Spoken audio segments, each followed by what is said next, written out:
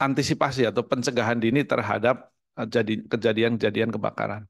Tadi udah sampaikan ada beberapa yang bisa menyebabkan, baik itu ada yang di rumah, di gedung. Nah, di gedung itu penyebabnya banyak kan adalah karena konsleting listrik. Eh, atau mungkin kelalaian-kelalaian kita, yang ada yang masak lalai, kemudian ada yang gosok lalai. Nah, kalau listrik ini biasanya adalah penyebabnya karena yang punya rumah itu biasanya pakai apa namanya colokannya saling bertumpuk. Padahal umpamanya colokan yang disediakan biasanya kan atas, bawah, kemudian samping kanan kiri, berarti cukup 4. Tapi biasanya dikasih colokan cabang lagi tuh. Yang sebelah kiri biar jadi 6 dicolokin lagi, sebelah kanan biar jadi 6 colokin, jadi banyak numpuk gitu. Nah ini yang menimbulkan gesekan-gesekan api nanti yang bisa jadi kebakaran. Kemudian juga yang di rumah sering menggunakan teman-teman semuanya memakai kabel-kabel yang tidak standar, SNI, itu nggak ada standar. Jadi memang harganya kabel tersebut murah, tapi akibatnya akan sangat mudah sekali kabel tersebut panas meleleh sehingga akan menimbulkan kebakaran. Nah ini jangan terpancing dengan harga yang murah, tapi nanti akan menanggung beban menjadi harga yang mahal kalau jadi kebakaran. Nah ini yang di gedung, kemudian yang di lingkungan juga demikian. Kalau ada pembakaran sampah, memang secara aturan di DKI Jakarta ini sudah tidak diperbolehkan untuk adanya pembakaran sampah. Nah ini mohon disosialisasikan juga ke bawah, ke masyarakat. Kenapa nggak boleh? Karena sampah yang ada sekarang harus diolah untuk menjadi pupuk maupun mungkin ada yang diangkut ke Bantar Gebang, jadi nggak boleh dibakar. Kemudian hal-hal yang lainnya tentang kebakaran ini, eh, peserta yang hadir di sini, saya mohon untuk ikut serta andil mensukseskan kegiatan ini. Kita harapkan tahun 2024 yang kejadian baru-baru ini di Kecamatan Mampang Perapatan itu adalah juga salah satu kejadian yang kurang diantisipasi dari kondisi bangunan tersebut. Jadi bangunan itu juga untuk evakuasi dan sebagainya harus dipikirkan. Nah, ini juga harus menjadi eh, apa namanya konsentrasi daripada nanti Sudin Gul Karmat cara menerangkannya itu bagaimana untuk kondisi bangunan kalau umpamanya ada bangunan-bangunan yang baru yang akan dilihat untuk proses evakuasinya itu bagaimana. Ini yang bisa mendatangkan korban, korban jiwa. Karena kalau jadi kebakaran, biasanya kan yang paling diutamakan adalah eh, penanganan atau evakuasi daripada makhluk hidup yang ada di situ. Nah, ini kalau sudah mampet ke sono sini nggak ada tempat evakuasi, nah ini yang agak menyalahi aturan. Kemudian Bapak Ibu sekalian, di luar itu semuanya, yang gerakan sedang kita masifkan di Jakarta Selatan adalah gerakan masyarakat punya APAR. APAR itu seperti yang terlihat di belakang saya tuh, yang merah. Itu ada yang kecil, ada yang ukurannya besar dan sebagainya. Ini bisa disesuaikan dengan kondisi rumah, kondisi gedung yang Bapak Ibu tempati. Nah, ini cara pemakaiannya bagaimana nanti juga cukup mudah saya yakin. Nanti bisa diajarkan oleh Sudin Gul Karmat. Kemudian untuk lebih masif kegiatan ini, dalam kesempatan siang hari ini, kita menghimbau agar semua bangunan di Jakarta Selatan kalau bisa mempunyai APAR sendiri-sendiri. Tentunya pengadaan APAR sendiri-sendiri itu tidak diadakan oleh kami dari pemerintah kota. Tapi karena untuk untuk kepedulian daripada bangunan masing-masing, keselamatan rumah masing-masing, jadi pemberdayaan masyarakat saya mohon untuk dilakukan oleh masing-masing rumah maupun bangunan gedung. Seperti umpamanya ada sekolahan, berarti pihak sekolahan, ada berapa ruang sekolahan di situ, nanti para kepala sekolah mungkin bisa melakukan adanya pengadaan APAR di masing-masing sekolahan atau masing-masing kelas. Cara memakainya bagaimana, nanti semua insan yang ada di sekolah tersebut, baik itu murid, penjaga, satpam, dan sebagainya, harus diajarkan cara memakainya. Kemudian di rumah-rumah penduduk juga demikian. Apalagi rumah tersebut yang ada dalam lingkungan rumah kategori padat. Nah, kategori padat. Ini di sini mungkin hadir para ketua RW, ketua RT ya. Ikut LMK semuanya. Jadi saya mohon ini bisa digelorakan, bisa disampaikan kepada warganya, banyak Pak RT, karena ada setiap bulan mungkin kumpul warga, namanya musyawarah warga RT berapa gitu. Nah, ini bisa disampaikan, dihimbau. Harganya juga nggak mahal mungkin untuk pengadaan. Untuk apa? Untuk antisipasi. Seandainya terjadi umpamanya korsleting listrik dalam colokan tersebut, apinya baru menyala sedikit, nah ini bisa ditanggulangi untuk segera dilakukan penanganan dini dengan APAR tersebut. Tapi kalau tidak punya APAR, tidak punya pengetahuan juga bagaimana memadamkan itu, ini akan cepat menyebar. Nah, kalau udah cepat menyebar, susah ditangani, lingkungan situ padat, kemudian bangunannya mungkin juga bukan bangunan permanen, ini yang akan cepat menyebar. Nah, ini sangat efektif sekali Bapak Ibu sekalian. Selain nanti yang diajarkan biasanya oleh Sudin Gul Karmat itu cara memadamkan sementara entah itu kompor dan sebagainya pakai karung basah dan sebagainya. Ini juga udah sering dilakukan. Jadi nanti selain pengadaan APAR, pihak sekolah atau pihak warga masyarakat apabila ingin juga untuk disosialisasikan tata cara memadamkan api, kalau umpamanya belum membesar, ini bisa nanti minta jadwal ke Sudin Gul Karmat ya, untuk disosialisasi atau cara-cara bagaimana menangani pemadam kebakaran. Nah, contohnya di sini apa? Tadi Paskibra. Udah bisa belum? Belum ya. Nanti boleh Paskibra sekali-kali Pak Subes Paulin, Kasudin Gul Karmat suruh ngajarin. Mau di depan Taman Wali Kota juga boleh, mau di tempat yang lain boleh. Kan kalau namanya duta harus tahu duluan kan, harus bisa duluan. Nah, jadi nanti bisa ngajarin teman-teman sekolahan, kemudian apa namanya di rumah sama orang tua. Kalau kompor sudah nyala, udah mau apa ya, bocor, itu ada caranya. Kita nggak usah lari takut, tapi ada caranya tuh nanti diajarkan. Kita masuk, matiin ya, gitu.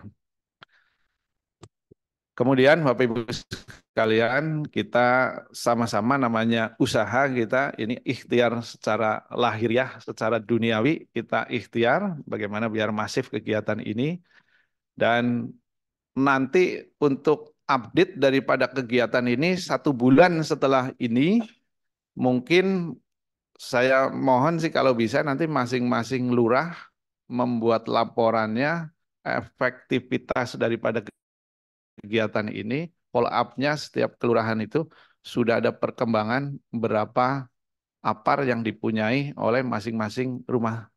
Nah, nanti rekapnya setiap Rakorwil mungkin kita akan bisa bacakan di Rakorwil setiap kelurahan.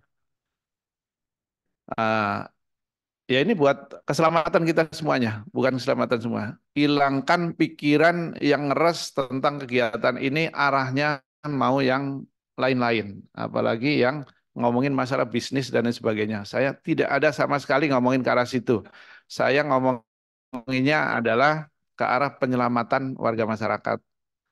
Baik itu harta benda maupun nyawa daripada warga masyarakat Jakarta Selatan. Kita bisa ukur nanti mencoba dari kegiatan ini berlangsung sampai dengan akhir tahun, orang-orang yang sudah mengetahui tentang deteksi dini, bagaimana menangani pertama kebakaran, kemudian yang mempunyai APAR berapa, itu sebagai tolak ukur. Terakhir mungkin kita lihat kejadian kebakaran. Kejadian kebakarannya berhasil ditekan atau tidak. Nah, ini nanti tolak ukur itu saya mohon dari bagian pemerintahan diformulasikan.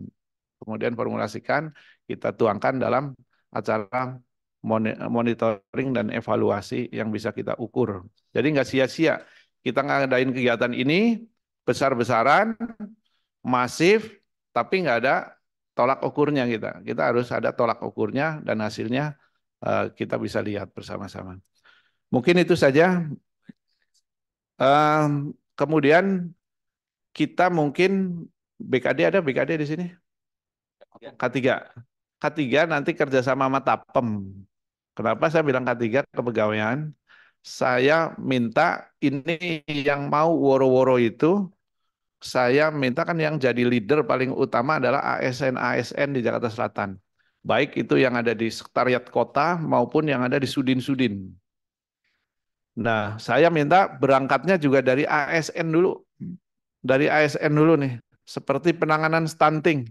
Saya mau dari ASN dulu, dari pejabat-pejabat untuk jadi orang tua asuh anak-anak stunting. Nah, ini juga demikian. Saya minta dari ASN dulu. Nanti report daripada masing-masing suku dinas, masing-masing bagian, kecamatan, dan kelurahan melaporkan. Dilengkapi dengan fotonya. Dilengkapi dengan fotonya di rumah sudah tersedia APAR atau belum. Kita nggak tahu nanti kalau laporannya bohong, umpamanya rumahnya belum ada, pakai APAR orang dipoto, dilampurin juga itu tanggung jawab sendiri kan di akhirat. Saya udah menghimbau ini agar bisa dilaksanakan di ASN dulu. Jadi kira-kira gitu ya dari bagian Tapem K3 diformulasikan itu laporan-laporan untuk ASN.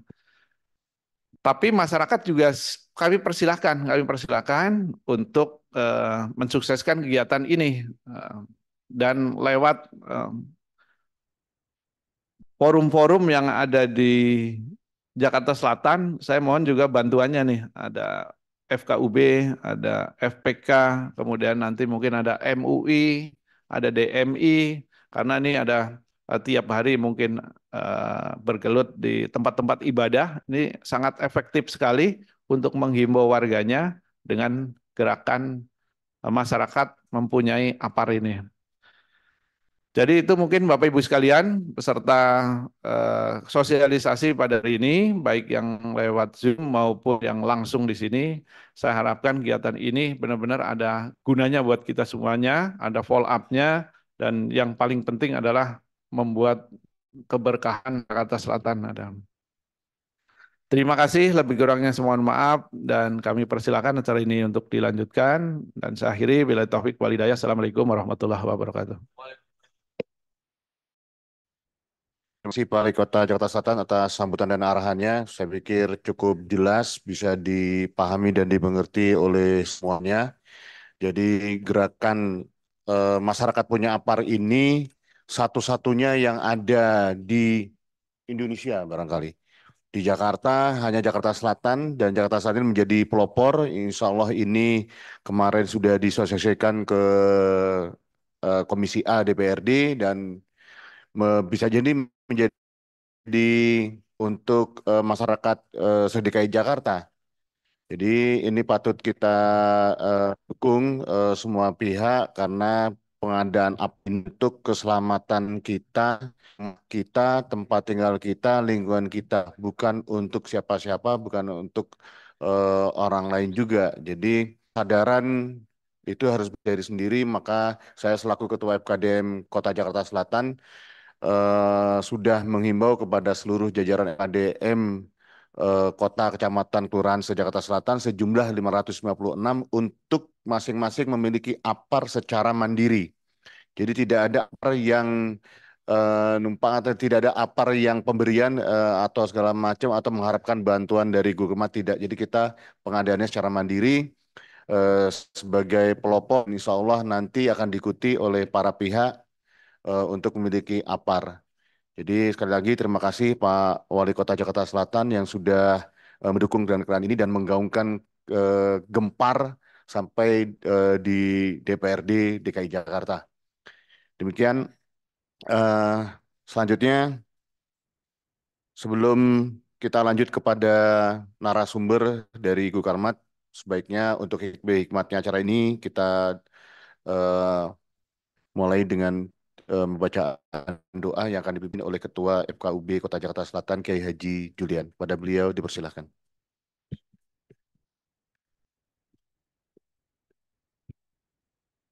Al-Fatihah. Bismillahirrahmanirrahim. Alhamdulillah Rabbil Alamin. Iyyaka na'budu wa iyyaka nasta'in. Shiratal ladzina an'amta 'alaihim. Amin. Bismillahirrahmanirrahim. Alhamdulillah Rabbil Alamin. Hamdan na'imin hamdan syakirin hamdan yuafi ni'amahu wa yukafi'u mazidah. Ya Rabbana lakal hamdu kama yanbaghi li jalali wajhikal karim wa azimi sultanik. Allahumma salli ala sayyidina Muhammad wa ala ali sayyidina Muhammad. Allahumma ij'al jam'an hadza jam'an marhuma wa tafarruqana min ba'di tafarruqan ma'suma.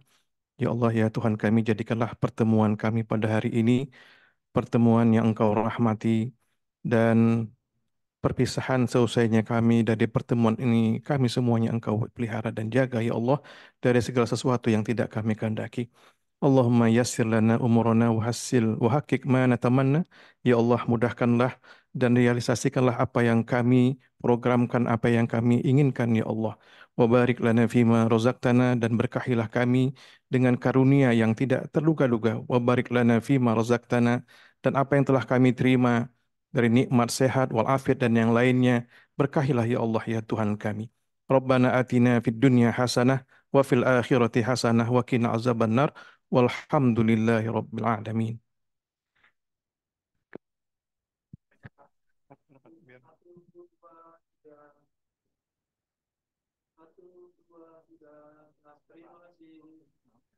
Sebelum narasumber menyampaikan paparannya, terlebih dahulu kita mulai dengan kuis.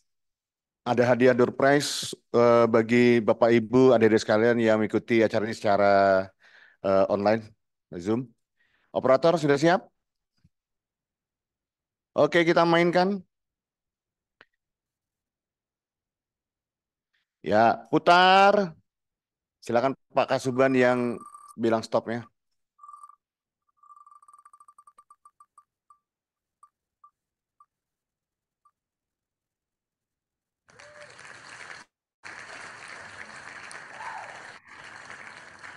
Nah, ya. Ini yang beruntung mendapatkan hadiah dari Kesbangpol Jakarta Selatan, yaitu, oh sorry, dari Sudin Gulkarmat Jakarta Selatan, yaitu Abang kita Supriyanto. Abang kita Supriyanto nanti eh, chat di room chat ya, dari mana dan bisa dihubunginya bagaimana. Oke. Bapak Ibu sekalian dan adik sekalian yang mengikuti secara Zoom, jangan kemana-mana, ikuti acara ini sampai tuntas. Sebentar lagi kita akan mendengarkan paparan dari Sudin Gukarmat yang akan disampaikan oleh Bapak Denny Andreas. Kepada beliau dipersilahkan.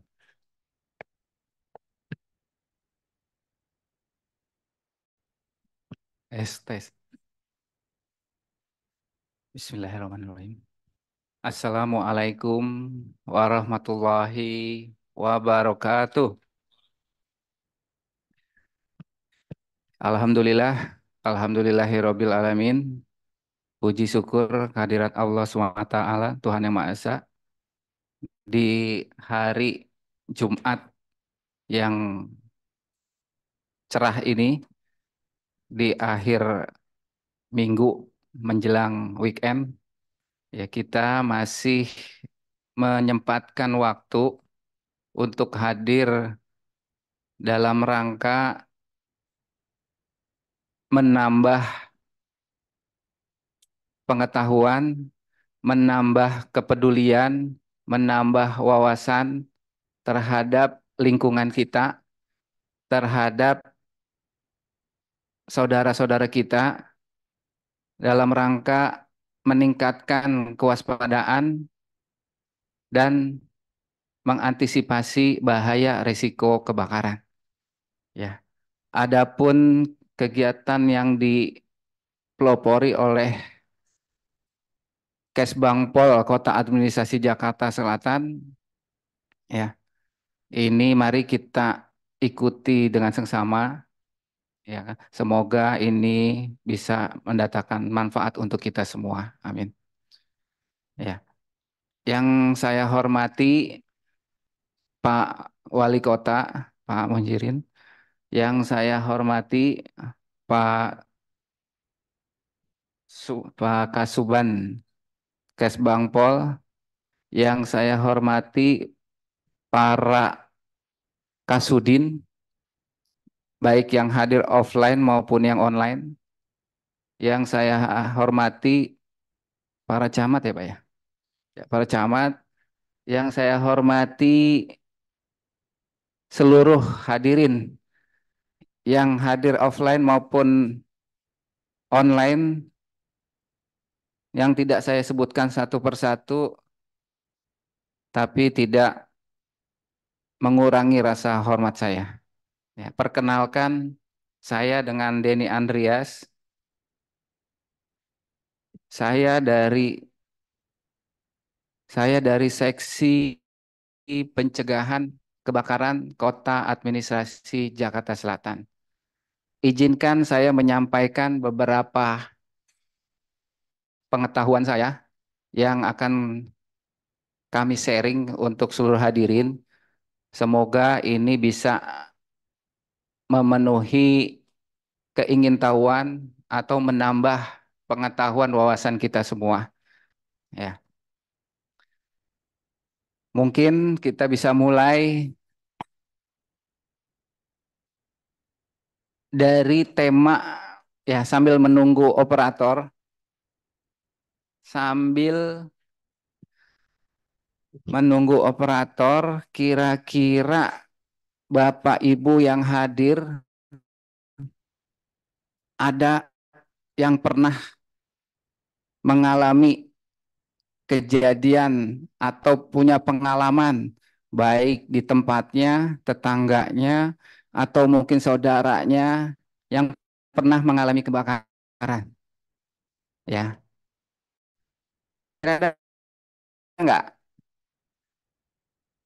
Mohon maaf, mungkin yang hadir di sini saya izinkan saya untuk lebih berdiskusi, karena kalau dengan yang online mungkin agak sulit ya berinteraksinya. Untuk yang hadir di ruangan ini dari unsur mana saja ya? Mohon maaf, boleh. Ada dari LMK ya, dari Paskibra. Ya, pokoknya siapapun itu yang hadir di sini. Ah, oh ya, baik. Ya.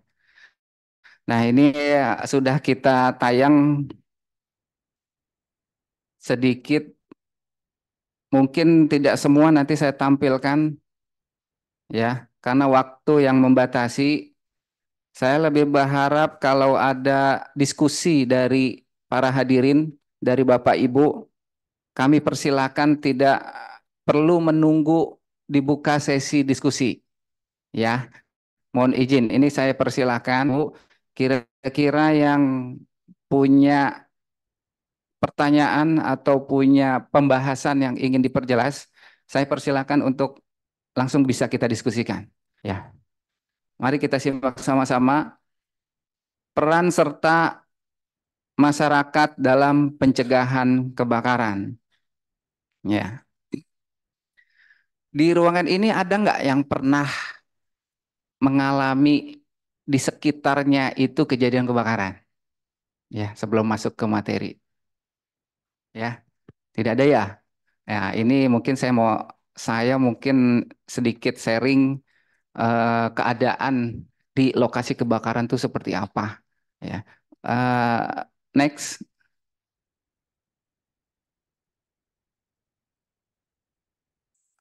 Kelihatan nggak Bapak Ibu layarnya ya? Nah, ini biodata saya, bisa langsung. Next, lanjut ke foto-foto terkait. Lanjut.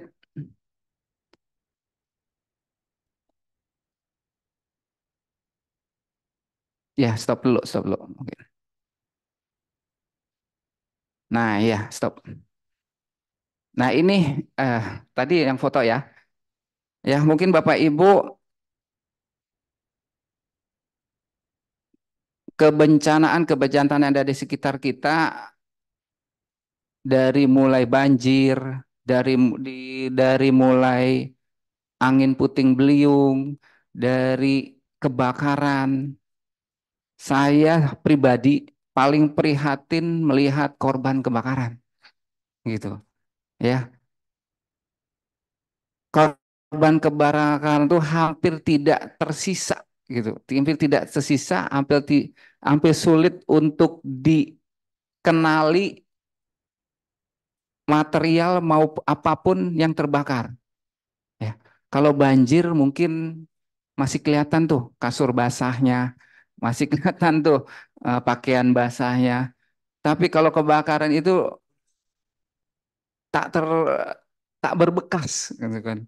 Nah, ini juga sangat prihatin untuk para korban, apalagi sampai yang mengalami korban jiwa gitu kan. Itu kondisinya luar biasa miris, ya kan. Terkadang dia harus sampai mengalami terbakar apinya gitu kan, dengan kondisi yang sangat-sangat memprihatinkan ya. Nah, ini semua menjadi pelajaran kita semua, gimana caranya kita menghindari ini semua, ya. Sehingga diperlukan oleh, ya mungkin tadi seperti yang disampaikan Pak Wali, untuk kita bisa melakukan mitigasi. Apa sih mitigasi itu? Ya, mitigasi itu secara awamnya, secara simpelnya adalah kita melakukan antisipasi, program-program untuk mengantisipasi supaya bahaya risiko kebakaran itu tidak terjadi, ataupun kalau terjadi bisa dikendalikan seminimal mungkin dampak risiko kerugiannya. Kira-kira itu definisi dari saya, ya. Kira-kira Bapak Ibu sudah tahu belum gimana untuk mengendalikan bahaya risiko kebakaran? Ya. Mohon maaf, mohon izin, mungkin saya tidak terlalu banyak menggunakan slide, ya karena sini nanti berharap kita bisa diskusi lebih banyak, ya kan? Boleh boleh kita diskusi langsung. Kira-kira di ruangan kita ini ada potensi bahaya kebakaran nggak? Ya, apa yang mungkin terjadi kebakaran? Konsleting listrik. Kenapa konsleting listrik bisa menimbulkan kebakaran?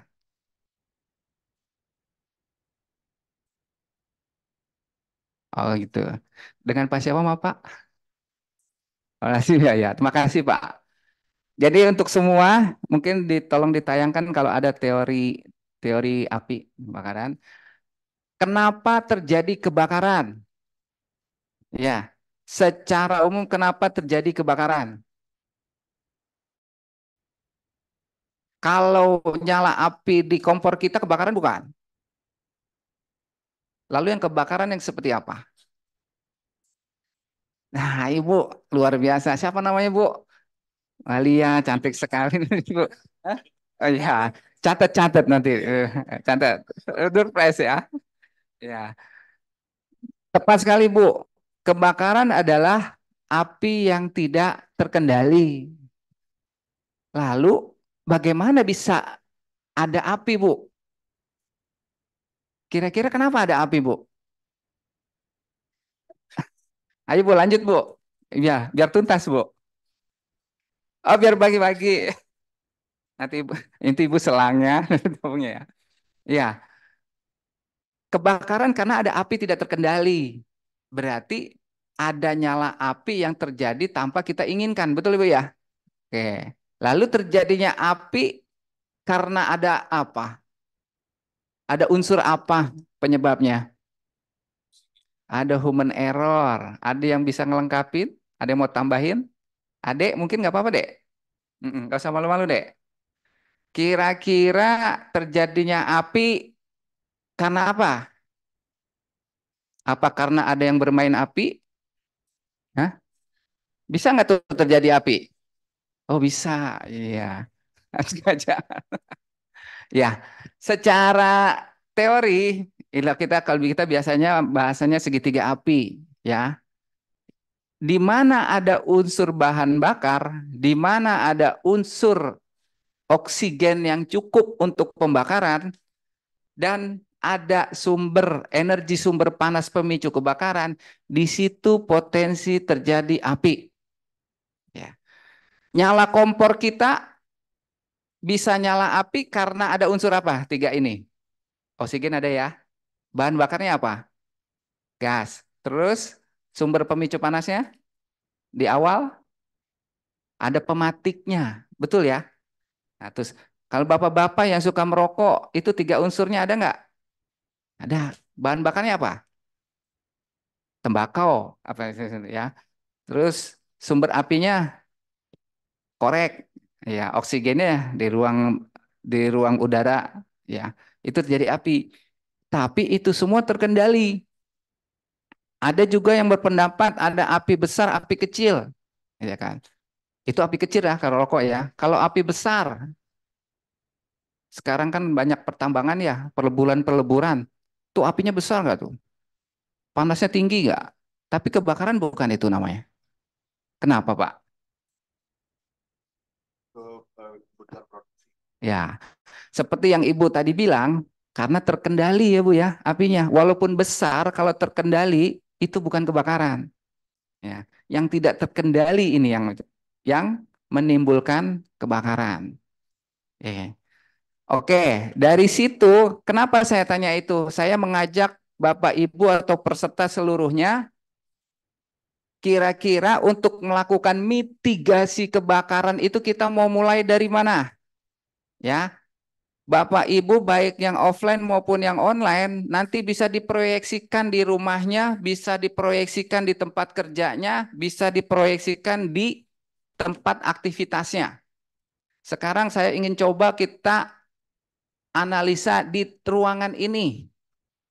Ruangan ini unsur segitiga apinya ada nggak? Apa saja Ibu? Ayo. Unsur pertama apa? Oksigen. Cukup ya? Kenapa? Kita di sini bisa bernapas. Ya. Konsentrasi oksigen yang dibutuhkan untuk pembakaran minimal ada di 16%. Ya. Oke. Berikutnya, unsur berikutnya bahan bakar. Ada nggak bahan bakar di sini, Bu? Apa saja, Ibu? Meja bisa terbakar ya. Ya, jadi kan bahan bakar ini adalah bahan yang bisa terbakar. Di ruangan ini ada meja bisa terbakar Bu ya. Ada sofa busa bisa terbakar nggak? Ada gorden bisa terbakar nggak Bu? Ada plafon itu terbakar nggak ya? Ya, berarti ada bahan bakarnya ya. Dan lumayan banyak nih. Ada interior finish yang semuanya punya sifat bahan bakar. Nah, kalau di rumah ibu-ibu nih, kira-kira bahan bakarnya apa saja, Bu? Ya, kasur. Ya. Terus apa lagi? Hah? Sofa. Ya. Terus apa lagi? Struktur atap, kusen, pintu. Betul ya? Lemari. Gitu kan. Pakaian. Banyak ya, Bu ya? Berarti bisa terbakar ya? Isi rumah kita ya? Nah, itu maka dibutuhkan kita pemahaman dan kewaspadaan. Bagaimana mengendalikannya? Di tempat kerja kita ada nggak? Ada, ya kan? Bahan bakarnya rata-rata ada. Lalu yang penting yang perlu diantisipasi adalah energi panas sumber pemicu kebakaran. Apa coba yang ada di ruangan ini apa? Listrik. Ya, listriknya di sini untuk energi listrik untuk mengaktifkan apa saja nih? Ada AC, ada server ya, ada server bukan itu, ada monitor, ada dispenser nggak? Nggak ada ya. Ya, di kantor kita ada dispenser nggak? Di rumah kita ada dispenser nggak? Nah, ini salah satu alat kelistrikan yang sering jadi pemicu awal kebakaran. Kenapa? Alat-alat listrik yang menghasilkan panas tinggi itu salah satu berdasarkan data kami salah satu alat-alat yang pemicu awal kebakaran. Itu.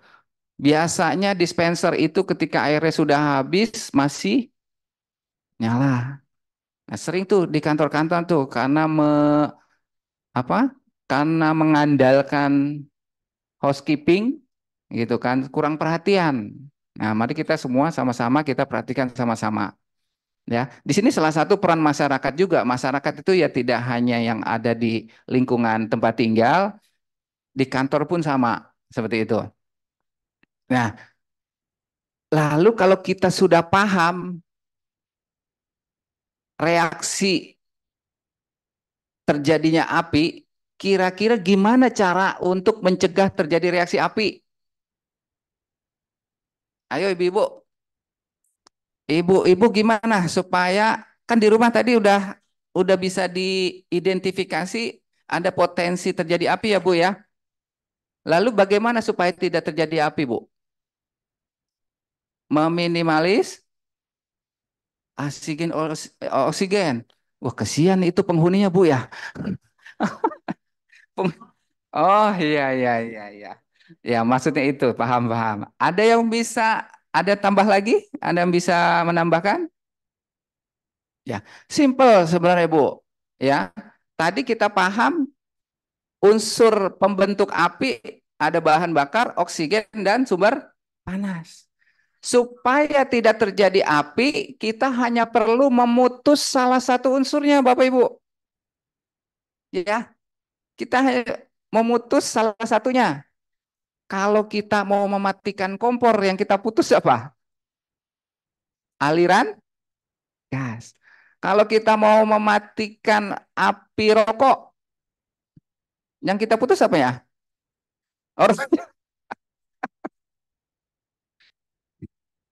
Kalau kita mau mematikan api di rumah, yang kita putus apanya?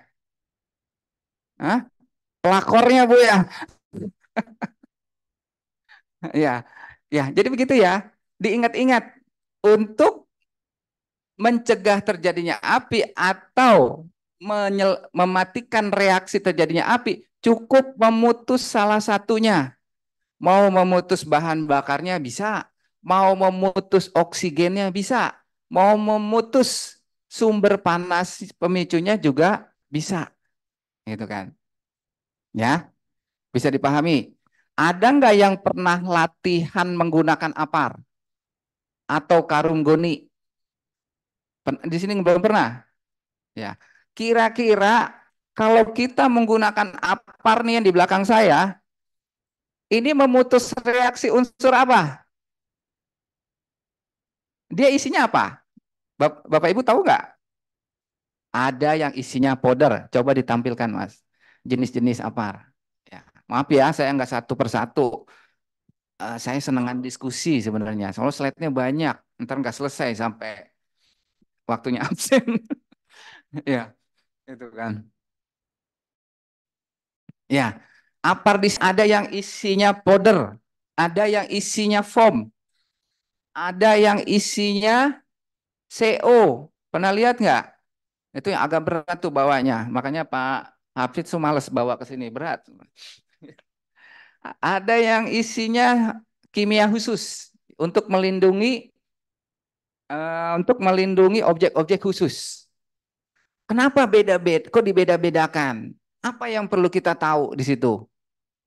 Nah, kita harus paham terkait dengan jenis-jenis kebakaran atau klasifikasi kebakaran. Ada yang tahu nggak? Ini dopresnya masih ada nih, masih banyak ya Pak ya? Ada yang tahu nggak ada berapa jenis kebakaran, klasifikasi kebakaran? Ayo, yang online juga nggak apa-apa, tapi nggak boleh dari pemadam. Ayo, yang online boleh, yang offline boleh. Cuman ongkirnya tanggung sendiri. Ada yang tahu? Ya, tolong dibuka, ada nggak? Ada. Jadi ada kebakaran kelas A, kelas B, kelas C, kelas D, dan kelas K. Pada umumnya sampai kelas D yang perlu kita tahu, kita paham. Ada yang pernah dengar? Kelas A itu jenis kebakaran apa? Atau pada material apa? Belum ya? Untuk kelas A, belum ketemu ya? Mungkin dibuka file APAR, apa aja, Mas Nudin. Kalau kebanyakan itu. Untuk kelas A itu kebakaran pada material bahan bakar padat. Ya, di ruangan ini kalau terjadi kebakaran potensinya kelas apa, Bapak Ibu? Kelas apa jadinya? Kelas A. Kalau kelas B, ada yang tahu nggak? Itu pada jenis kebakaran cair. Apa contoh bahan bakar cair? Bensin, solar, ya terus thinner, segala macam ya, yang cair. Nah, ada nggak di sini kelas B? Ya, nggak ada ya. Adanya di mana? Di bengkel, terus di pom, terus di mana lagi? Ini termasuk gas cair ya, itu kan, itu kan. Terus kelas C, listrik, ya. Tim mengalirkan listrik itu kebakar C. Sehingga apa? Kita harus mitigasi dulu nih. Di ruangan ini potensi kebakarannya kelas apa? Di rumah Bapak Ibu potensi kebakarannya kelas apa? Di tempat kerja Bapak Ibu potensi kebakarannya kelas apa? Sehingga ketika kita memilih alat pemadaman alat awal atau alat pemadaman dini itu sesuai dengan klasifikasi kebakaran yang disiapkan. Ya, paham ya maksudnya ya? Itu. Coba tayangkan yang file APAR. Ya. Bapak Ibu yang punya APAR ada berapa di ruangan ini deh? Mm-mm. Ya. Itu kira-kira sudah diperhatikan belum untuk kelas apa? Nggak tahu. Hah? Baru beli aja. Ya. Terus jenisnya apa yang Ibu punya? Jenis isinya? Powder. Ya, powder itu pada umumnya adalah isinya dry chemical powder. Sifatnya multipurpose. Multipurpose ini bisa untuk kelas A, kelas B, dan kelas C. Ya, kemudian itu. Namun kita juga harus paham tentang keefektifan pemadaman, itu kan. Pemadam kebakaran, memadamkan kebakaran menggunakan apa? Umumnya air. Kenapa? Kok nggak pakai powder? Kira-kira kenapa? Nah, eskalasi kebakaran butuh daya padam. Nah, APAR ini juga ada kualitas atau ada kinerjanya terkait dengan kemampuan daya padam. Ya, kemampuan daya padam ini harus kita pelajari. Seberapa besar sih fire load atau volume bahan bakar yang dilindungi? Contoh, nih kan di ruangan kita ada ukuran APAR beberapa nih. Ada yang kecil juga ya.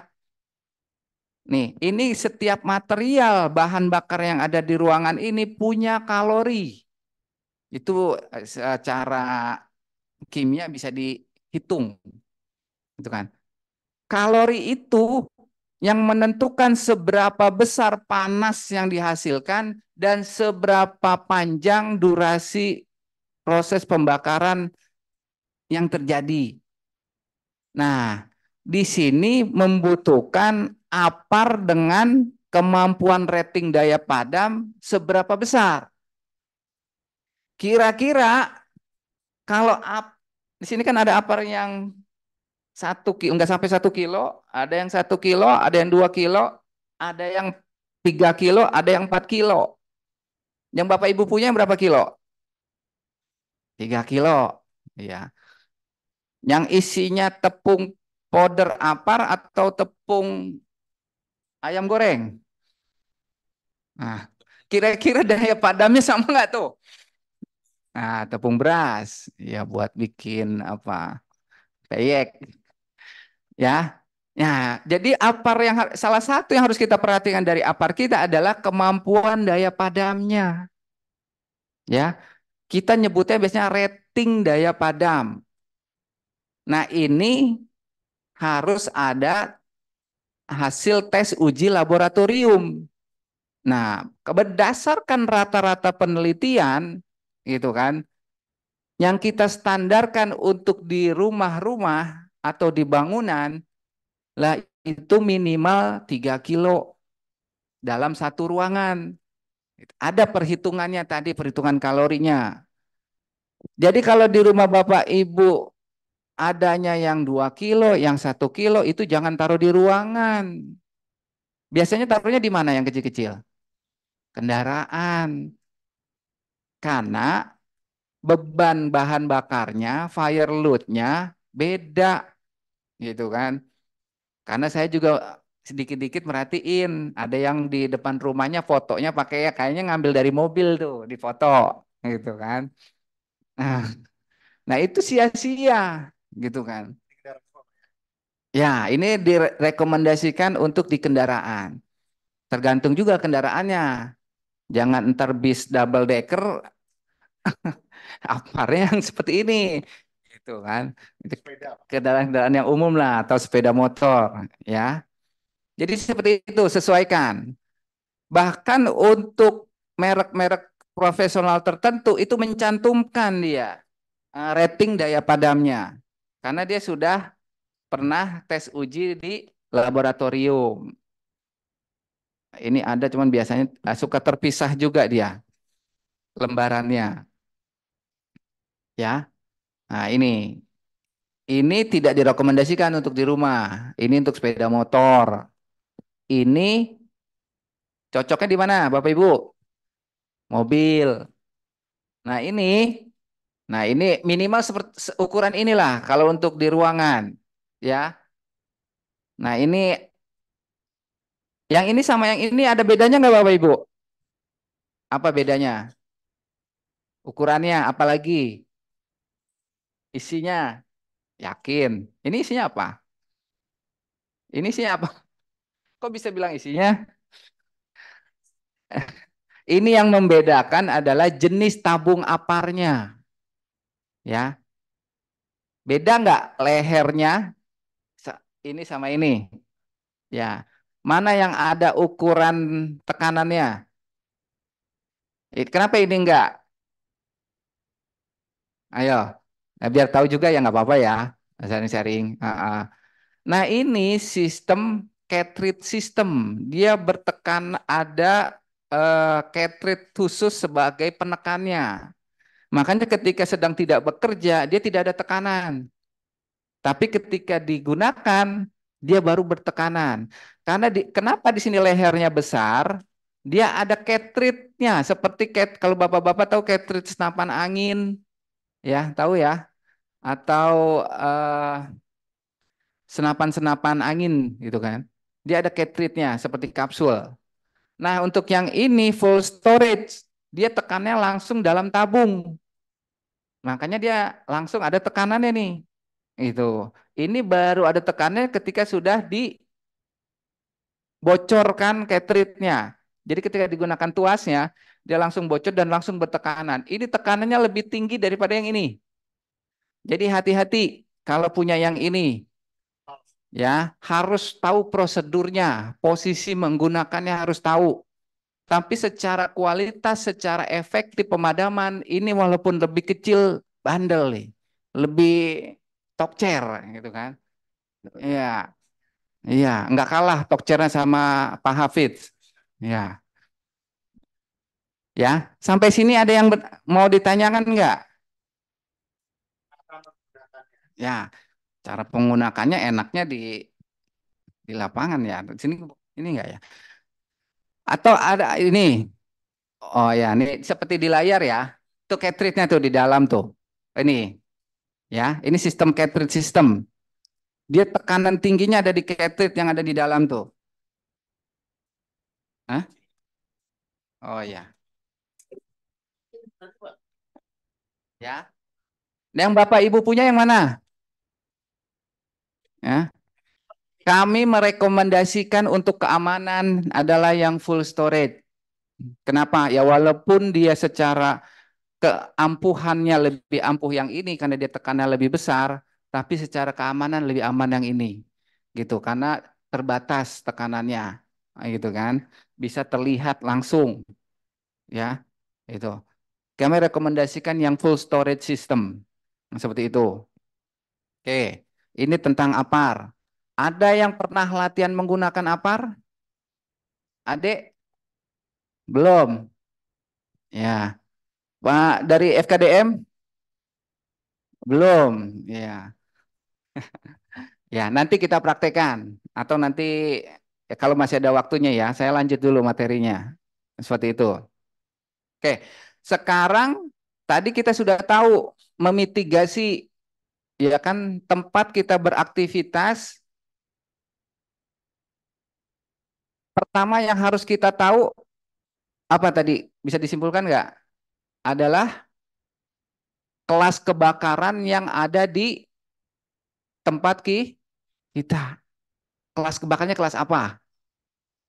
Kalau yang bekerjanya di dalam mobil, itu ada kelas apa aja? Kalau yang bekerjanya di ruang kantor, kelasnya apa saja? Di rumah, kelasnya apa saja? Di pom, di dekat pom atau di sekitar pom, kelasnya apa saja? Atau yang UMKM nih, ada yang UMKM di sekitar kita kan sekarang sudah banyak Pertamini. Itu kelas apa? Nah, kalau bisa coba kita iseng-iseng kita tanya, dia nyiapin apar nggak? Terus aparnya cocok nggak yang di yang disediakan dengan klasifikasi kelas kebakarannya. Setelah tahu cocok apa enggak kelasnya adalah kesesuaian kemampuan daya padamnya. Ya kan? Ada yang punya usaha eh, garment atau apa ya? Itu biasanya dia ruangan itu jadi gudang tuh. Ya. Itu fire load-nya besar sekali tuh. Menyediakan aparnya cukup nggak tuh? Kalau kebakaran di ruangan. Ada lagi bengkel. Bengkel kan ada oli, ada segala macam. Itu kelas apa? Cocok nggak alat pemadam yang disiapkan? Nah, ini harus jadi perhatian kita semua. Peran serta partisipasi aktif masyarakat ikut mengawasi. Karena ada istilah Pak Ustadz ya, istilahkan apa dosa dosa apa pembalasan satu kamu apa gitu Pak Hafiz. Ya, itu perlunya kepedulian masyarakat gitu kan. Jangan napsi-napsi gitu kan. Kalau sudah terjadi merugikan tidak hanya yang lalai terhadap bahaya tersebut. Nah, kenapa kebakaran itu bisa menyebar, bisa membesar? Sekarang ya, mari kita simulasikan lagi. Kalau awal kebakaran di ruangan ini, kira-kira potensi penyebarannya kemana? Ada nggak potensi menyebar? Ada. Ke ruangan sebelah kita apa nih? Ya, ada bahan bakarnya nggak? Ada. Nah, coba ditayangin terkait dengan heat transfer. Sambil dicari, saya jelaskan dulu. Jadi, kalau yang namanya tidak terkendali api itu, dia mengalami proses penyebaran. Di materinya namanya adalah tetrahedron fire. Ya, jadi reaksi berantai, reaksi lanjutan dari reaksi awal. Itu. Makanya kejadian, mohon maaf, kemarin di Mampang awalnya kecil, kira-kira itu bahan bakarnya apa yang Bapak Ibu tahu? Bahan bakarnya. Ada bahan bakar apa saja di gedung itu? Dari berita atau mungkin tetangganya, ya kan? Jadi di situ tempat usaha atau workshop galeri lukisan, termasuk yang ya, di situ ada kayu, di situ ada cat, di situ ada thinner, di situ ada kanvas, bahan bakar semua itu Bu ya. Dan di situ menaruh juga gudang. Gudang mungkin untuk stok apa pekerjaan mereka. Kebayang nggak itu bahan bakarnya seberapa banyak? Itu ya. Kira-kira seperti itu. Nah, mulai dari awal kebakaran, dia menyebar terus ke seluruh lantai, ke seluruh ruangan. Jadi, harusnya bagaimana supaya tidak menyebar? Ayo Bapak Ibu. Ya. Lalu gimana caranya kita membatasi atau menekan potensi eskalasi kebakaran supaya tidak membesar terlalu besar, tidak menyebar kemana-mana. Kira-kira gimana caranya, Pak Hafid? Doorpace masih banyak nih. Ayo, baru keluar berapa? Satu. Ayo, ventilasi udara. Tujuannya apa? Ventilasi udara supaya asapnya keluar. Ya. Yang namanya udara itu bergerak dari apa kemana? Adik masih inget nih kalau yang masih sekolah nih.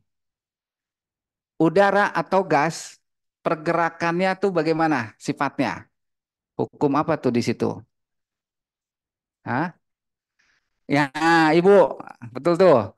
Jadi udara itu atau gas itu bergerak dari tekanan tinggi ke tekanan rendah. Dia berusaha mencari udara terbuka, karena di udara terbuka tuh tekanannya lebih rendah. Jadi ketika awal kebakaran menghasilkan asap besar, dia tuh mencari jalan keluar. Ya, kalau tidak disediakan ventilasi yang cukup, kira-kira berkumpul di mana itu asap? Nah, di dalam dia nggak bisa keluar. Nah, harus kita perhatikan tuh ventilasi di rumah kita, ventilasi di kantor kita, itu seperti itu. Yang kira-kira bisa difungsikan kalau ada asap yang dihasilkan dari api kebakaran. Kenapa? Mungkin bisa ditayangkan flash over kalau ada, Mas Nurdin. Ya, pembakaran ada pembakaran yang sempurna, ada pembakaran yang kurang sempurna. Bapak nih, kalau mesin motor kita, baik motor maupun kendaraan, yang membedakan pembakarnya bagus dengan tidak bagus apa Pak? Ciri-cirinya Pak? Asapnya kenapa? Ya, kalau pembakarannya tidak bagus, hitam. Kayak siapa Pak? Ya, kalau yang bagus dia pasti lebih bersih, gitu. Lalu kenapa dia hitam?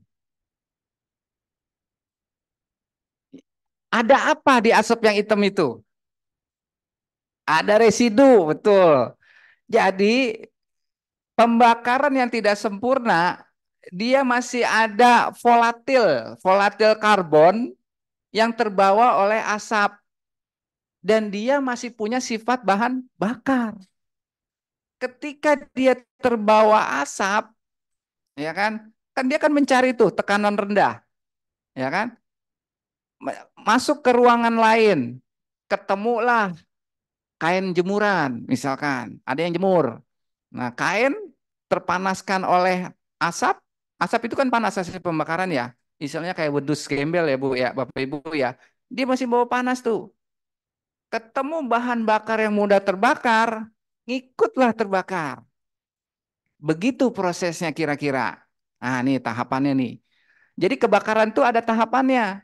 Dari mulai api kecil sampai dia membesar, tidak terkendali, dia tertangani, kok tiba-tiba naik tinggi.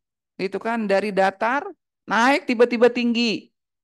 Sampai yang kalau kita sebut namanya tahapan flash over. Apa itu flash over? penyalaan serentak.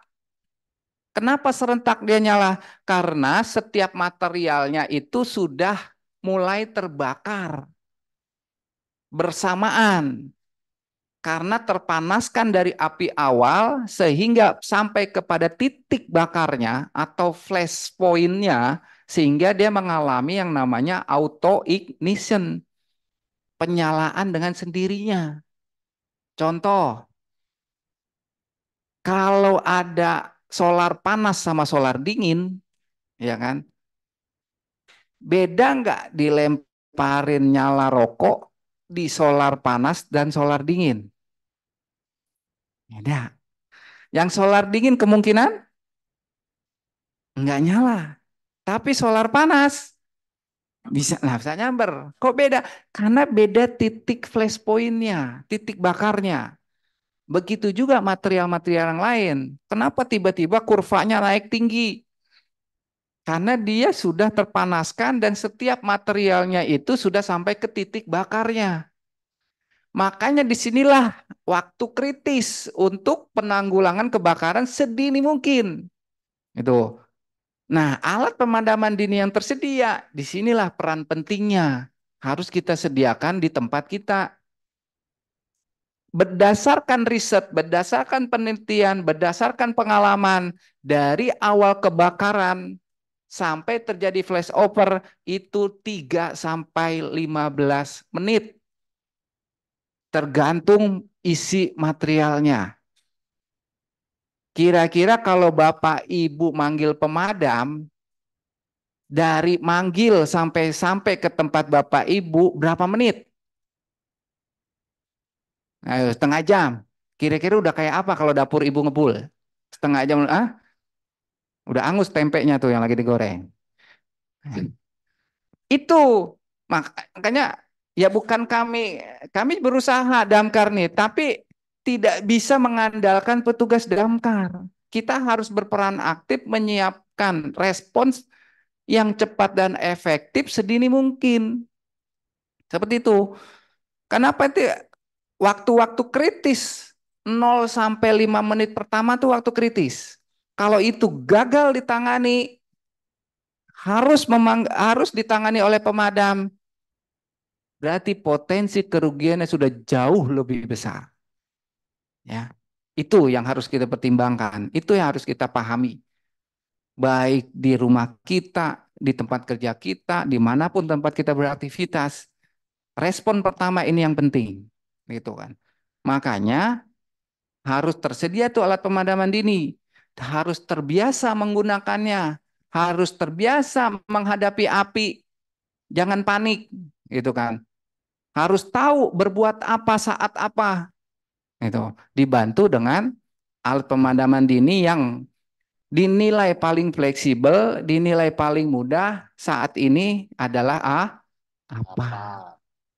Jadi mari kita sukseskan program yang dipelopori oleh Kesbangpol beserta jajaran binaannya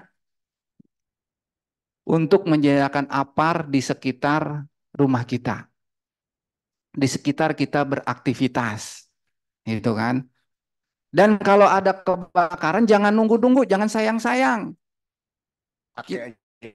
Pakai aja. Gitu kan. Oh, yang kebakaran tetangga sebelah, sayang dipakai. Jangan, gitu kan. Merem. Jangan nunggu sampai ke rumah kita, gitu kan. Lah kita beramal baik.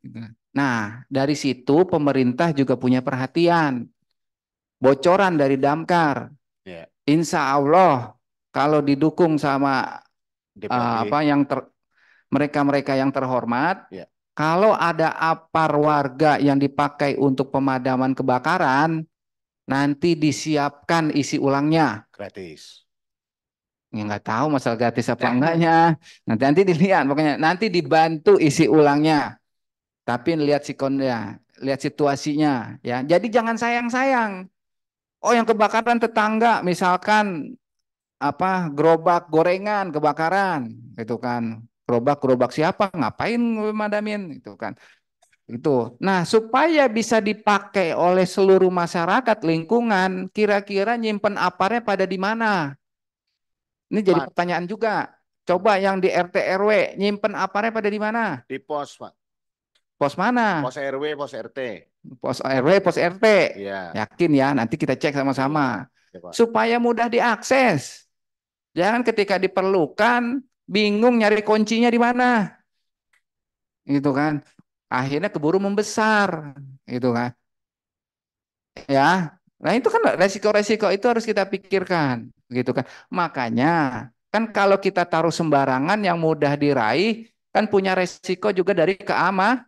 Nah, disinilah peran lain kita. Kita juga harus menjaga keamanan, fasilitas-fasilitas untuk kepentingan bersama kita jaga bersama.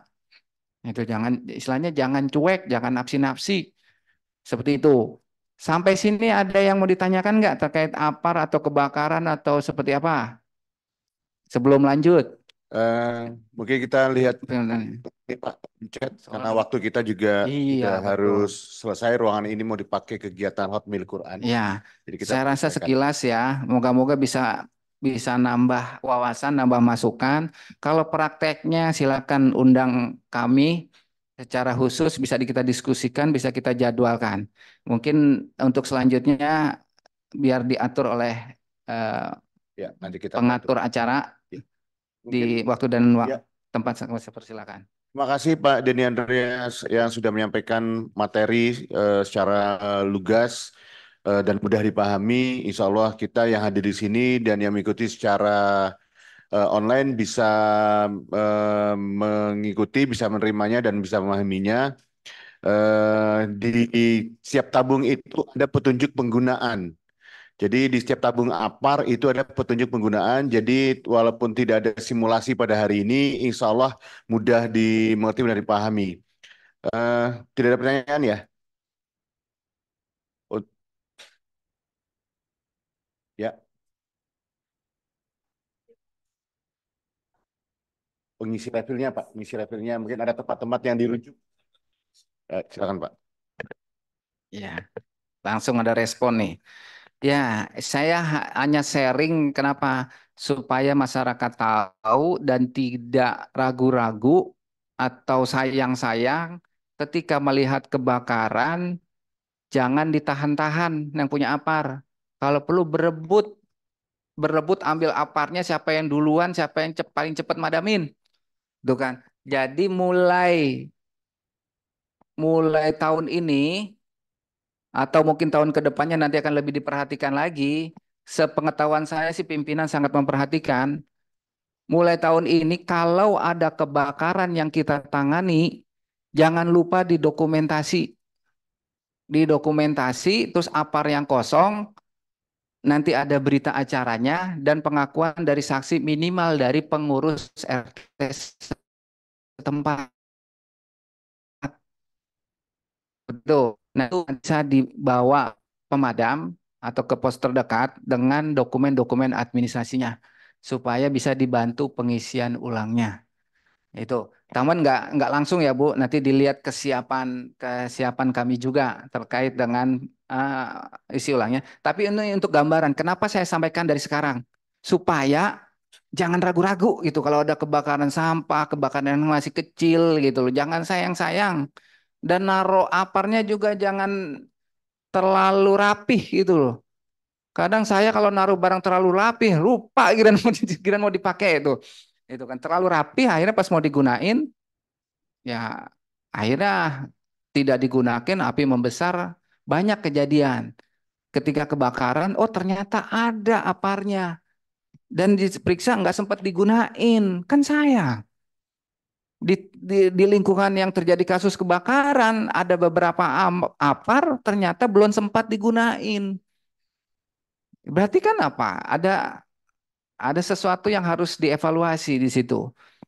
Nah, sini dalam rangka evaluasi kami juga warga yang punya apar siapapun baik yang punya punya apa?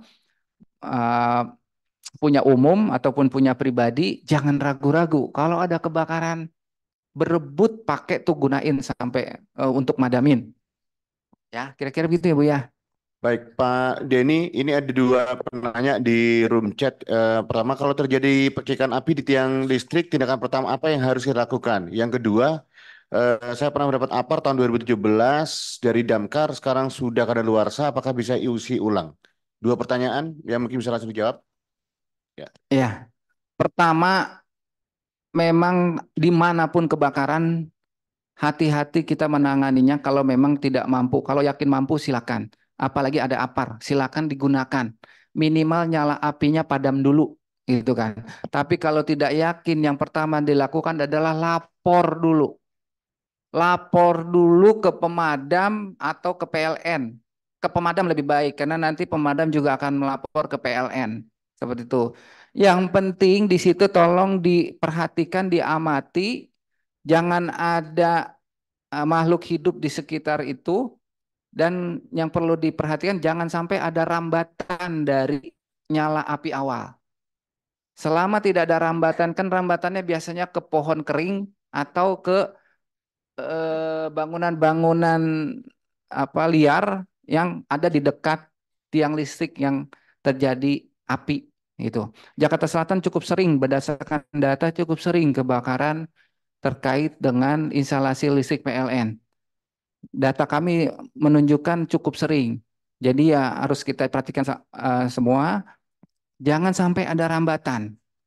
Kan mohon maaf, kadang ada warga yang suka nyantol sembarangan, gitu kan. Terus kalau ada apa warung-warung dadakan, itu kan dia kan suka suka nggak diberesin lagi atau gimana gitu yang terkait dengan sumber energi listriknya. Nah, itu harus jadi perhatian warga semua gitu kan supaya tidak ada dampak lanjutan dari instalasi listrik yang mengalami masalah. Tapi sebaiknya makanya harus tahu. Tahu nggak Bu ngubungi pemadam ke nomor berapa? Hmm? Ya, sebenarnya sudah dievaluasi jadi hotline darurat apapun daruratannya itu ke 112. Ya, boleh kalau mau dicoba nggak apa-apa. Itu kan. Maaf saya cuma ngetes doang gitu kan. Itu nanti ada call centernya, ada operatornya yang akan melayani itu kan. Butuh pemadam, butuh PLN, butuh apa itu mulai dari situ. Tapi nggak ada salahnya juga kalau memang ada pos pemadam terdekat, boleh kenalan sama salah satunya, punya nomor handphonenya, syukur-syukur punya nomor kantornya, itu nggak apa-apa, gitu. Datengin aja, minta nomor telepon, boleh nggak, gitu. Nggak apa-apa Bu, bilang. Ya, ada lagi. Dapat dua adalah APAR ya, APAR kadaluarsa. Jadi begini, kita pernah ada program pemberian APAR ke masyarakat yang statusnya hibah. Nah, kita juga bukan nggak ingin melayani masyarakat untuk isi ulangnya. Karena sudah dihibahkan, itu sudah tidak tercatat lagi sebagai aset pemerintah. Berdasarkan peraturan, inspektorat tidak mengizinkan anggaran pemerintah digunakan untuk yang bukan aset. Tuh.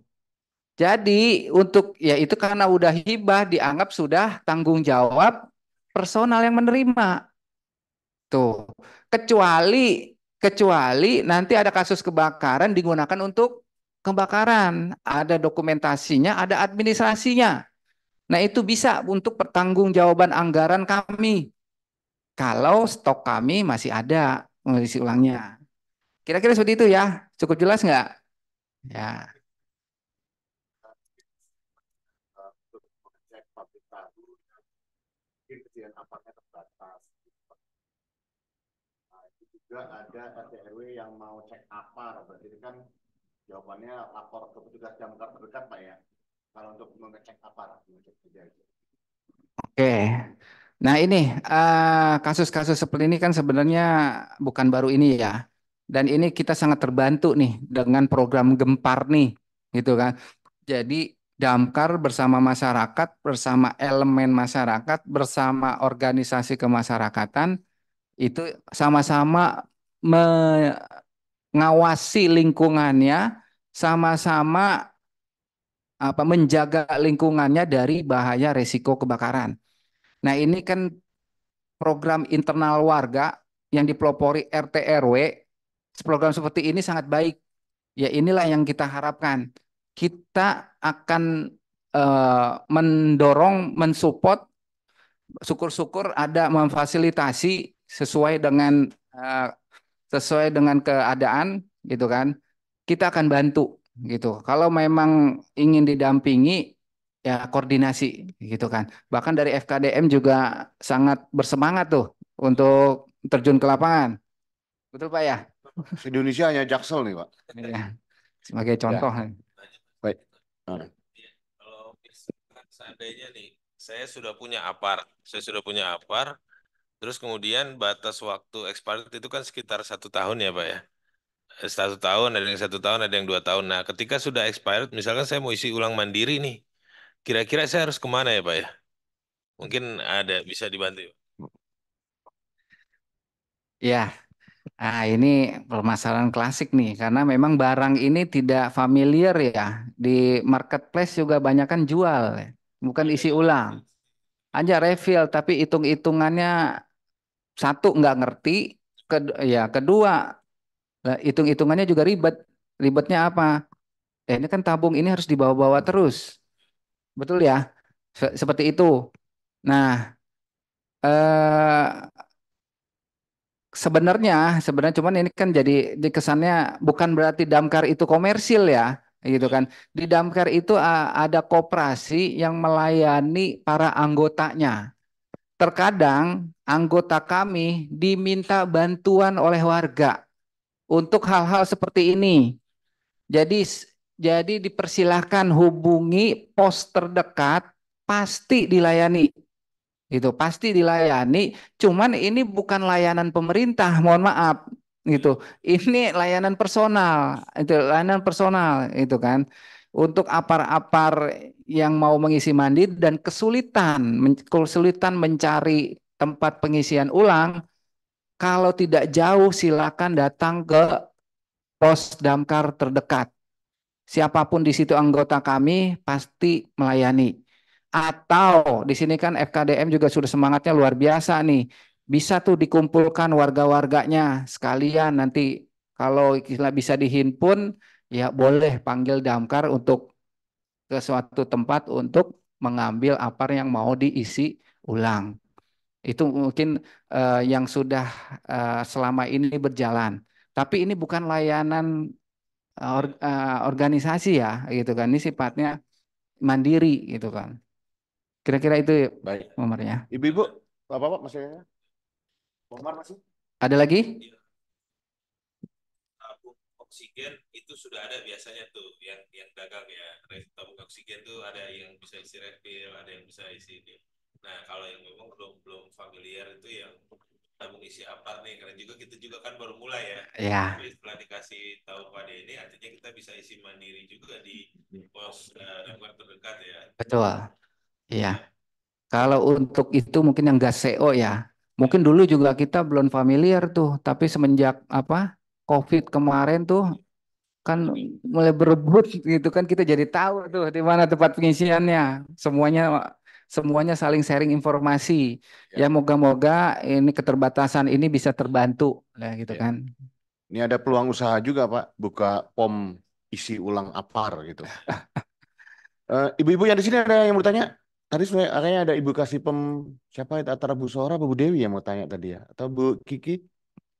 Cukup? Cukup ya? Atau ada yang mau praktek? Wah, Ayo. mungkin ada sesi Sesi berikutnya lagi, nanti kita masih ada tahapan. Siap. Ini karena kita dibatasi waktu. Ya. Sebelum ditutup kita mainkan dulu deh gamenya. Oh iya, masih ada berapa Dompetnya. Pak Hafid? Ya, pokoknya ini kalau durasinya nggak habis, jatah moderator 1. Ayo, jangan diserahin ke moderator, sayang, ambil aja bawa pulang. Ayo, semangat, semangat. Tadi Pak Suprianto ya, jangan kemana-mana ya. Nanti dihubungi oleh panitia, mendapatkan 1 tabung apar yang ada di depan yang mereknya komen ya Pak? Nggak boleh nyebut merek Pak. Oh iya, sorry. Maaf Pak. Iya. Nggak di endorse. Oke. Bukan sponsor soalnya. Iya. Baik, kita mulai gamenya, operator.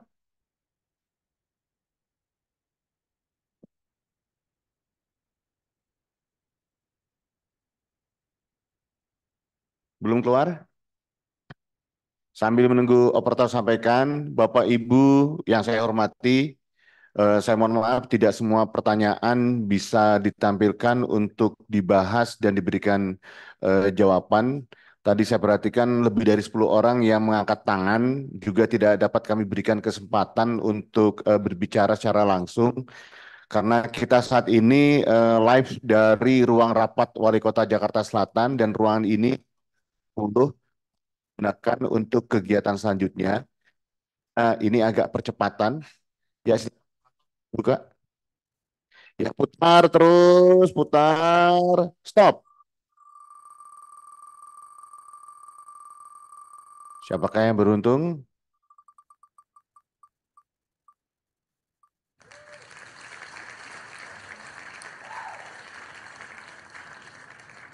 Tidak muncul? Ahmad Saripudin. Ya, pemenang kedua adalah Ahmad Saripudin, tapi ini tidak berlaku bagi keluarga Damkar atau Gugarmat ya. Jadi ini harus masyarakat umum. Ya, Pak Ahmad Saripudin nanti menghubungi panitia untuk mendapatkan 1 tabung apar. Ya, selamat. Sekali lagi Pak. Semuanya kan ada 5 ya? Iya, iya. Ada 5. Coba Pak, mungkin ini RT RW hadir ya? Ada hadir, ikut. RT RW hadir. Coba Pak, siapa RW yang seluruh RT-nya sudah terdaftar Redcar? Langsung bisa Tunjuk mendapatkan apar. tunjuk tangan. Ada nggak yang paling dulu unjuk tangan? Akan Dari tampilan ada yang raise hand nggak? Ya. Yang Nah, Pak RW ah, yang di setiap RT-nya sudah terdaftar Redcar, ada yang terdaftar Redcar? misalnya satu RW ada 10, satu RW ada 14 RT, 14-nya sudah terdaftar semua. Sudah terdaftar Redcar, ya berarti Nah, itu silakan. baru berhak mendapatkan Ya. 1 apar. 1 tabung apar. Jadi silakan tuh, ada yang Ini bukan RW Pak. Oh, Itu bukan RW. Dadang Rosadi bukan RW, Oh iya. anggota saya nih Pak. Wazan ya. Wajar. Ya. Kalau tidak ada, berarti saya serahkan ke moderator. Siap Pak. Terima kasih Pak. Memang rezekinya moderator. Azan ya. Kita break sebentar ya. Baik Bapak Ibu kita lanjutkan. Saya tidak membuka lagi sesi pertanyaan. Di sini memang ada pertanyaan Pak yang mungkin nanti pada kesempatan lain perlu dijawab. Tadi itu ada pertanyaan dari Bang Zikra, FKDM Kecamatan Mampang, bahwa di Mampang itu ada hidran tetapi airnya kecil atau terbatas. Nah ini kan minta solusi bagaimana cara mengatasi masalah itu. Ya, apa mau dijawab sekarang atau nanti Pak? Sekarang aja.